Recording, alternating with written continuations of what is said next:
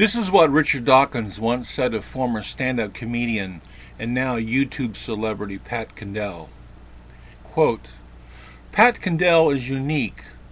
Nobody can match his extraordinary blend of suavity and savagery.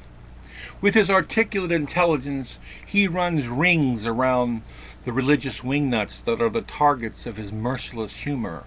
Thank goodness he is on our side. End of quote. Thank goodness he is on the side of atheism? I think not. If Condell's recent endorsement of the United Kingdom's Independence Party wasn't evidence enough of his xenophobic associations, his xenophobia is completely unmasked in his latest YouTube video, No Mosque at Ground Zero. In No Mosque at Ground Zero, Condell opposes the planned construction of a mosque and Islamic center near Ground Zero in New York City. Now, I won't go through most of Condell's statements on the topic. Just a few of his statements will suffice to capture the flavor of all of them. Besides, I have provided a link to Condell's No Mosque at Ground Zero in the underbar. You can view his diatribe for yourself. In his video, Condell doesn't say that terrorists murdered people on 9/11, or even that Islamic extremists murdered people on 9/11. No, he blames the religion itself. He says that Islam murdered the people in the Twin Towers. The religion itself is to blame, you see. 9/11 could not have happened, he says, if not for Islam's teachings, its dogmas, and its doctrine of jihad.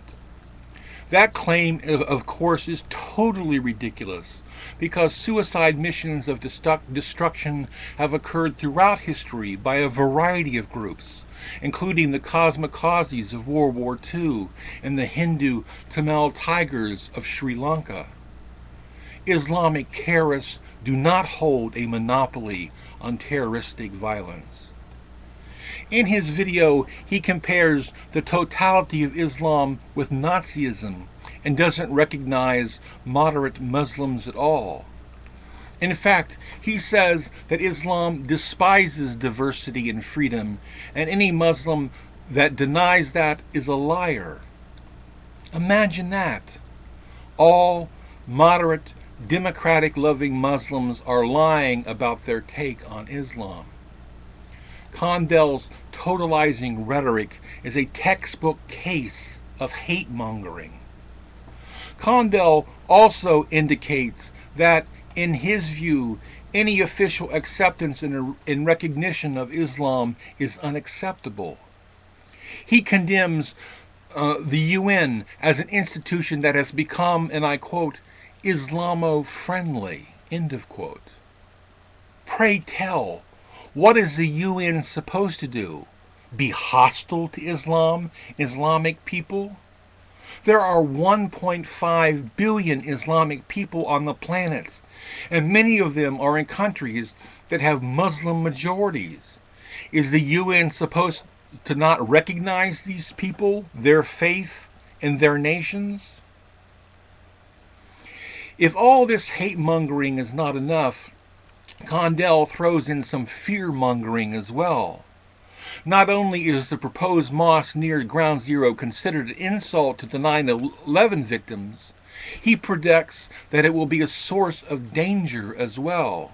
He says, and I quote, the mosque will be a major bridgehead in the ongoing stealth jihad, end of quote. No one should be surprised at these Islamophobic and totalizing statements by Condell. He is notorious for them. For example, he once described Islamic men as, quote, primitive pigs whose only achievement in life is to be born with a penis in one hand and a Quran in the other, end of quote. Now, Pat Condell doesn't interest me because of his arguments and his positions. I recognized quite early on in my recent re-engagement with YouTube that Condell was little more than a common bigot.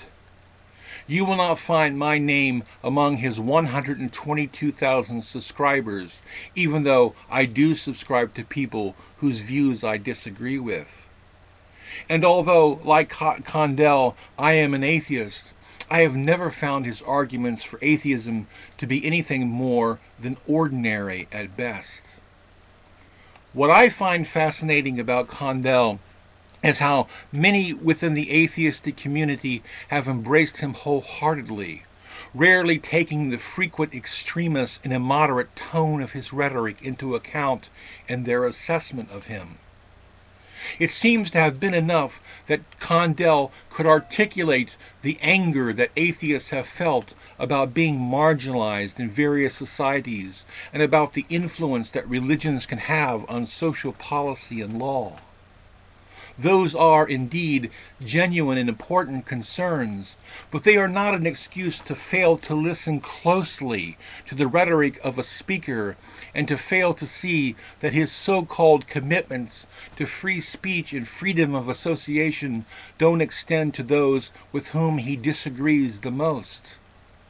It's not an excuse for failing to recognize an obvious xenophobe and calling him by that name. Yet that has happened in Pat Condell's case, even at the highest echelons of the atheistic community. Richard Dawkins has several Pat Condell videos uploaded on his website, including No Mosque at Ground Zero, and he offers a DVD of many of Condell's video rants. The atheistic community needs to distance itself from Pat Condell and recognize him as a dubious atheist.